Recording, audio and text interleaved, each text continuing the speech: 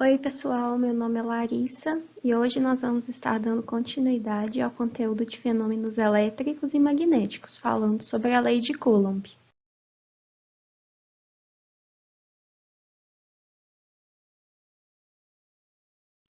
Essa aula vai ser dividida nos seguintes tópicos. Primeiro, nós vamos voltar a falar um pouco sobre o eletroscópio, que foi um dos assuntos da nossa última aula. Em seguida, vamos falar sobre a lei de Coulomb e as conclusões que Coulomb tirou do seu experimento. Vamos também falar sobre a constante e sobre o vetor da força elétrica. Depois, nós vamos falar sobre a relação entre a lei de Coulomb e a lei da gravitação universal de Isaac Newton e a semelhança no formato das duas equações, mas também as diferenças entre as forças elétrica e gravitacional. E vamos fazer um exercício bem interessante que envolve essas duas forças. E, por fim, nós vamos resolver um exercício que envolve exclusivamente a lei de Coulomb. No final da última aula, nós vimos como funciona um eletroscópio. Nele, nós vimos que quando aproximamos um objeto eletrizado, as folhas metálicas se separam. Isso ocorre porque as cargas negativas ou as cargas positivas que ficam nas folhas se repelem. Com isso, nós podemos concluir que existe uma interação entre as cargas devido à presença de uma força, e que por serem partículas elétricas, essa força vai ser chamada de força elétrica. Charles de Coulomb foi o primeiro cientista a estabelecer uma relação quantitativa para a força elétrica que atua em corpos eletrizados. Para isso, ele realizou medições das forças elétricas que atuavam sobre cargas pontiformes ou pontuais. Cargas pontiformes ou pontuais são objetos de tamanho desprezíveis em comparação com a distância entre eles. Essa figura apresenta duas cargas pontuais de valor Q1 e Q2, separadas por uma distância r. Nela, F12 é o módulo da força que a carga Q1 exerce sobre a carga Q2. E F21 é o módulo da força que a carga Q2 exerce sobre a carga Q1. Para padronizar, daqui em diante, o primeiro número do subíndice vai se referir à carga geradora e o segundo número vai se referir à carga que esteja sujeita à força. Então, por exemplo, nessa situação aqui, o primeiro subíndice indica que a força que a carga Q2, número 2, está exercendo sobre a carga Q1. O segundo subíndice é o número 1. E as forças, o sentido das forças vai depender da carga das partículas. Se nós temos cargas com sinais iguais, as forças vão ser contrárias, vão ser repulsivas. E se nós estivermos com cargas com sinais opostos, as forças vão ser atrativas. O experimento que Coulomb realizou foi utilizando um equipamento chamado balança de torção, que é esse equipamento aqui. E se vocês quiserem ver como ocorre o funcionamento desse equipamento, eu não vou entrar muito em detalhes, mas vocês podem assistir esse vídeo aqui por esse link. Eu vou deixar esse link também na lista de exercício para quem tiver interesse. É bem legal porque envolve processos de eletrização que a gente viu na última aula e fica como curiosidade também. Nesse experimento, Coulomb concluiu que duas cargas pontuais se atraem ou se repelem com uma força, cujo módulo é diretamente proporcional ao módulo dos produtos das cargas e também inversamente proporcional ao quadrado da distância entre as cargas. Expressando o que foi dito em notação matemática, a equação que descreve o comportamento da força elétrica sobre uma carga pontual é essa daqui, que é a chamada lei de Coulomb. Na lei de Coulomb, nós vemos a presença de algo que não tinha sido mencionado antes nas conclusões que Coulomb chegou e que a gente viu no slide anterior. É o K. Ele é um valor que depende de uma outra constante, chamada de constante de permissividade, e ela depende do meio em que as partículas estão. E esse meio deve ser um meio dielétrico ou isolante, porque senão os objetos eletrizados perderiam sua carga elétrica. Para o nosso estudo a partir de agora, se não for especificado, vamos considerar que as partículas estão no vácuo. Com isso, o K adquire um valor que vai ser bem comum para vocês a partir de agora, que é esse daqui, 9 vezes 10 a 9 Newton vezes metro quadrado sobre Coulomb ao quadrado. Mas vocês não precisam se preocupar, porque esse valor não precisa ser decorado e ele normalmente aparece no enunciado da questão. Normalmente, os valores das cargas elétricas envolvidas em uma questão, por serem pontuais, possuem um valor bem pequeno e, por isso, na maioria esmagadora das vezes, vamos ter que usar os submúltiplos. E é importante, pelo menos, saber o nome das ordens de grandeza de 10 a menos 3, 10 a menos 6 e 10 a menos 9, que são milli, representado pela letra minúscula m, micro, por essa letra grega, e nano, pela letra minúscula n.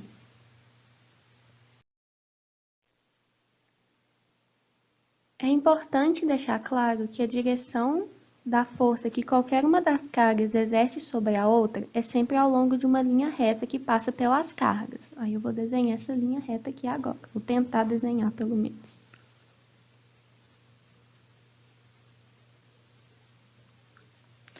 Como vocês podem ver, por as partículas terem cargas de sinais iguais, positivas, a força elétrica que atua em cada uma é repulsiva. Então, está apontando em direção para elas se afastarem.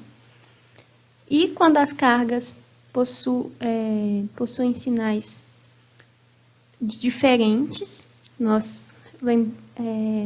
vamos ver que essa força vai também passar através de uma linha reta no meio dessas cargas. E só que por elas terem sinais opostos, as forças vão ser atrativas. E a gente pode ver aqui que as forças estão passando sobre uma linha que passa no meio das partículas.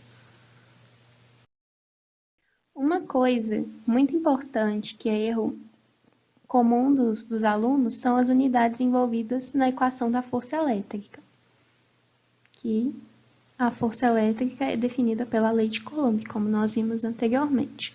E força é uma grandeza medida em newtons, e é a mesma unidade de medida do conteúdo da mecânica, das leis de Newton e do diagrama de força. Então, se a gente quer um resultado em Newton, nós devemos nos atentar às unidades de medidas das grandezas envolvidas na equação. Q1 e Q2 são valores de cargas elétricas e são medidos em Coulomb. Já R é a distância entre as partículas e ele deve ser expresso em metros. E como está elevado ao quadrado, vai acabar ficando em metro ao quadrado. K é uma constante que possui como unidade de medida Newton vezes metro quadrado sobre Coulomb ao quadrado. E uma coisa muito legal da gente se ver é de onde uma equação que envolve unidades de medida como Coulomb e o metro geram um resultado em Newton. Então, vamos lá. Para poder a gente ver isso, a gente vai colocar as unidades de medidas que estão envolvidas na equação. Como a gente está querendo se referir à unidade de medidas, nós colocamos a grandeza que nós queremos calcular, que é a força entre colchetes. Aí significa que a gente está olhando para as unidades de medida. A unidade de medida da constante é essa daqui, e a de Q1 é Coulomb, de Q2 é Coulomb também, e R ao quadrado, metro ao quadrado. Juntando os dois coulombs que estão multiplicando no numerador, nós ficamos com Coulomb ao quadrado. Só que aqui a gente pode ver que dá para a gente cortar esse Coulomb ao quadrado com esse Coulomb ao quadrado e esse metro ao quadrado com esse metro ao quadrado, chegando na unidade de newtons. Esse newton vezes metro ao quadrado por Coulomb ao quadrado, que é a unidade da constante, ele vem da definição da constante de permissividade, que é um conteúdo mais aprofundado, E se vocês tiverem interesse ao tempo, vale a pena dar uma pesquisada além sobre a definição da constante da lei de Coulomb. Eu não sei se vocês perceberam, lembrando do conteúdo de gravitação, mas a lei de Coulomb tem um formato muito parecido com a lei da gravitação universal. Entretanto, mesmo elas tendo esse formato parecido, uma constante multiplicando duas grandezas sobre a distância ao quadrado, a interação elétrica ela é um fenômeno diferente da interação gravitacional. E isso é muito importante para a gente levar em consideração para não termos erros de conceito nem nada do tipo. A interação elétrica ela é um fenômeno que depende das cargas elétricas e ela pode ser atrativa ou repulsiva. Já a interação gravitacional, ela depende das massas e ela só pode ser atrativa, porque não existe massa negativa. E além dessa diferença, a constante K da lei de Coulomb, ela depende do meio em que as cargas estão. Enquanto a constante G, ela é independente do meio, ou seja, o seu valor é o mesmo em qualquer lugar do universo. Agora nós vamos fazer um exercício bem interessante que envolve a força elétrica e a força gravitacional. Vamos ler o enunciado. Uma partícula alfa, o núcleo de um átomo de hélio, possui massa igual a este valor e carga Q igual a mais 2E, que é igual a 3,2 vezes 10 a menos 19 Coulomb. Lembrando que esse E, lá da última aula, é o valor da carga elementar, que vale 1,6 vezes 10 a menos 19 Coulomb. Compare o módulo da força de repulsão elétrica entre as duas partículas alfa com o módulo da força de atração gravitacional entre elas. Em problemas que envolvem forças, é interessante a gente fazer um esquema dos corpos envolvidos e das forças que estão atuando sobre eles. Então, vamos fazer o desenho disso, que fica esse daqui. Como os corpos envolvidos nessa situação são os núcleos do átomo de hélio, as partículas alfa, as cargas deles são positivas, como nós vimos na aula anterior, porque nós estamos nos referindo ao núcleo do átomo. E como as duas partículas possuem massa e carga elétrica, elas estão sujeitas às forças elétrica e gravitacional.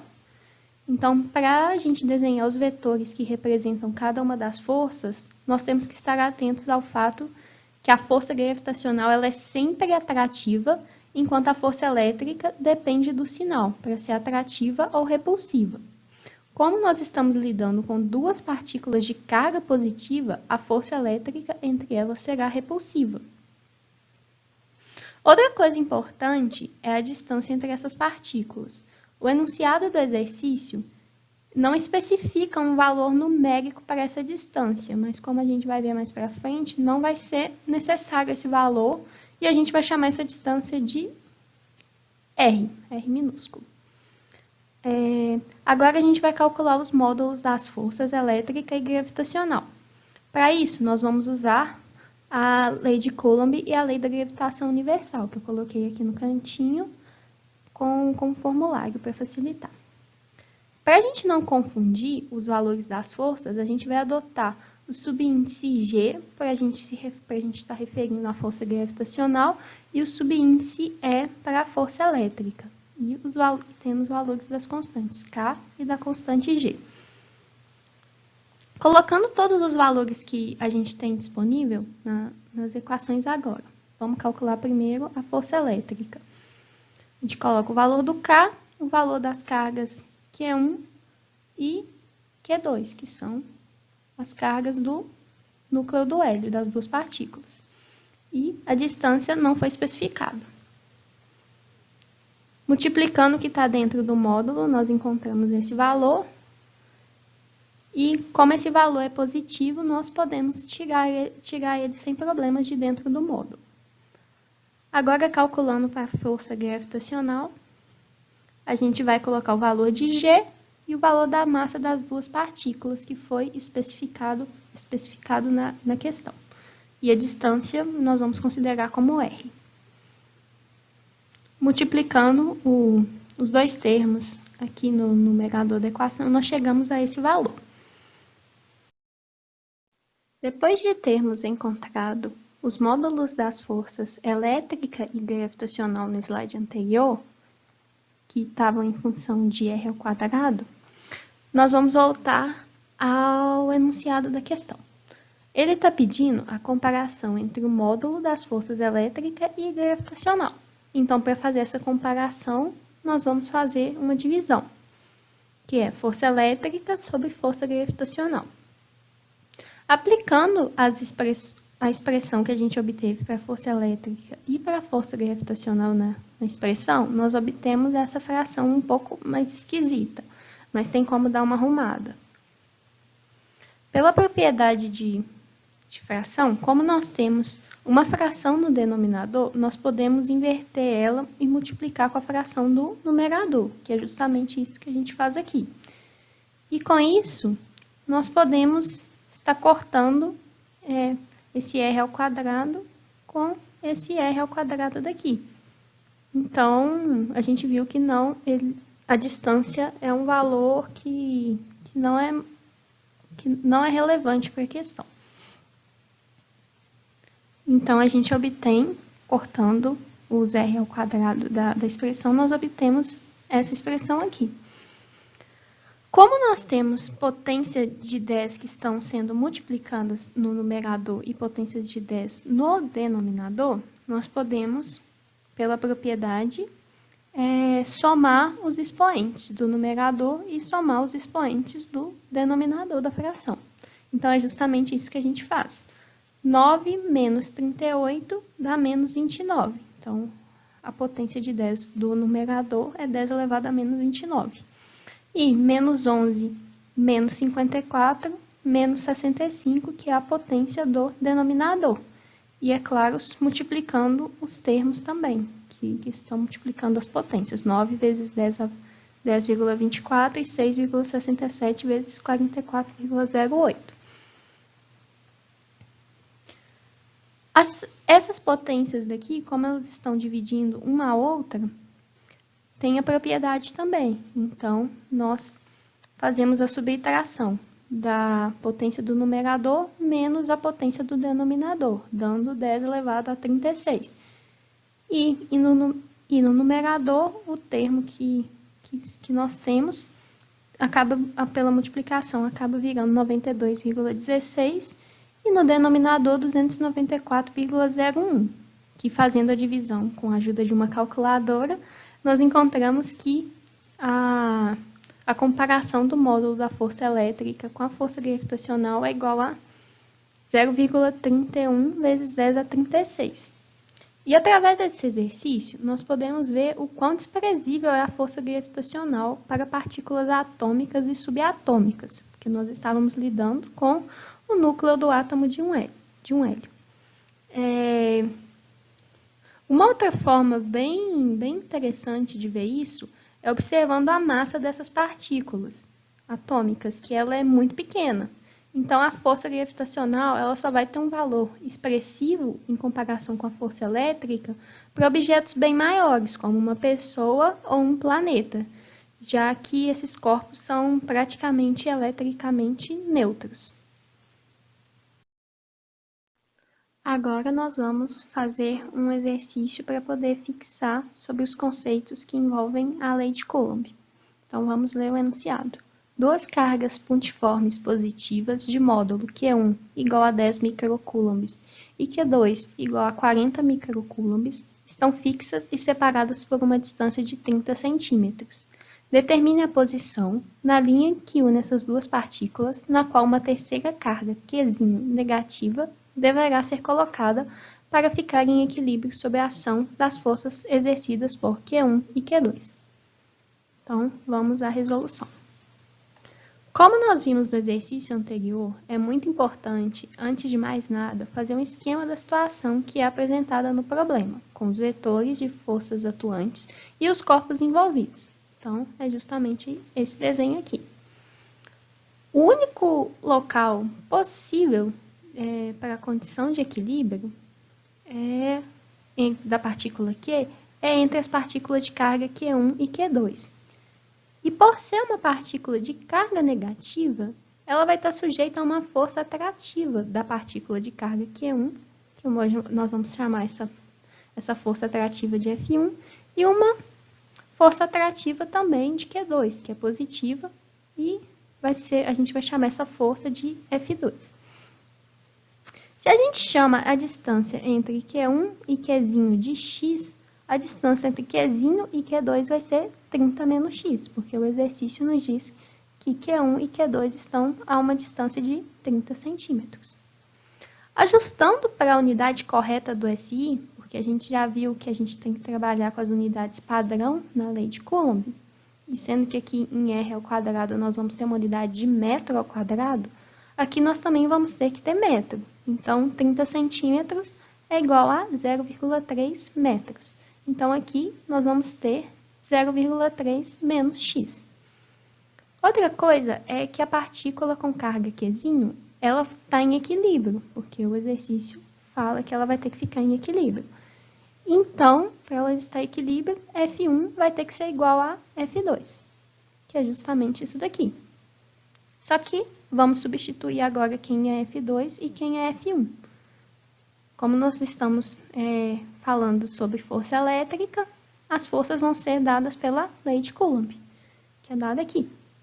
Então, para F2, para a força F2, nós vamos ter envolvidas as partículas Qzinho e Q2.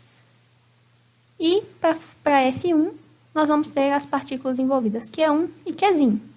E a distância entre Q2 e Qzinho vai ser 0,3 menos x, lembrando que nós temos que colocar em unidades do sistema internacional. Essa distância vai estar ao quadrado, e a distância entre Q1 e Qzinho é x. Agora, como Q1 e Q2 são cargas de valores positivos, nós podemos tirar elas de dentro do módulo. E é justamente isso que a gente fez aqui, ficando apenas Qzinho minúscula dentro do módulo. Além disso, nós podemos estar cortando os termos em comum dos dois lados da igualdade. Nós temos K de um lado e K do outro, nós podemos cortar, e Qzinho em módulo do outro lado. Então, nós cortamos e nós ficamos com a seguinte expressão. Agora, colocando os valores que o exercício nos deu para Q2 e Q1, aqui, Q1 igual a 10 microcoulomb e Q2 igual a 40 microcoulomb, na expressão, nós obtemos isso daqui. Vejam que nós temos ainda mais termos em comum. A gente tem 10 elevado a menos 6 de um lado e 10 elevado a menos 6 do outro lado. Então, nós também podemos cortar. E para evitar ter fração dos dois lados da igualdade, nós podemos fazer uma multiplicação em x de um lado, do numerador de um lado com o denominador do outro e do numerador de um lado com o denominador do outro. Então, é isso que a gente fez e a gente encontra essa expressão aqui. Agora, aqui, nós temos um produto notável. Então, se a gente fizer a expansão dele, nós obtemos essa expressão aqui. E fazendo a multiplicação vezes 10 de cada um dos termos, nós obtemos isso daqui. Em seguida, nós arrumamos os termos, pois nós temos uma equação de segundo grau, e você pode resolvê-la do jeito que você achar mais interessante. Tem fórmula de Bhaskara e tem outros métodos. E você vai encontrar, se tudo estiver correto, essas duas raízes. A raiz x1, ela é um resultado matemático, mas ela não é um resultado físico. Então, ela não é válida para o nosso exercício, porque não existe distância negativa. Então, a única resposta para o nosso exercício vai ser a raiz x2, que é 0,1 metros, porque nós estamos trabalhando com unidade do sistema internacional, para padronizar. Então, a partícula Qzinho, ela vai ter que ser localizada, estar localizada para ficar em equilíbrio a 0,1 metros da partícula Q1.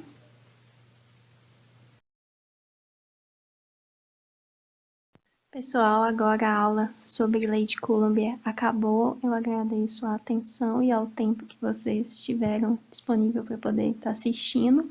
Vai ter uma lista de exercícios sobre esse conteúdo e esses exercícios vão ser posteriormente resolvidos em outros vídeos. Então, até a próxima aula e tchau!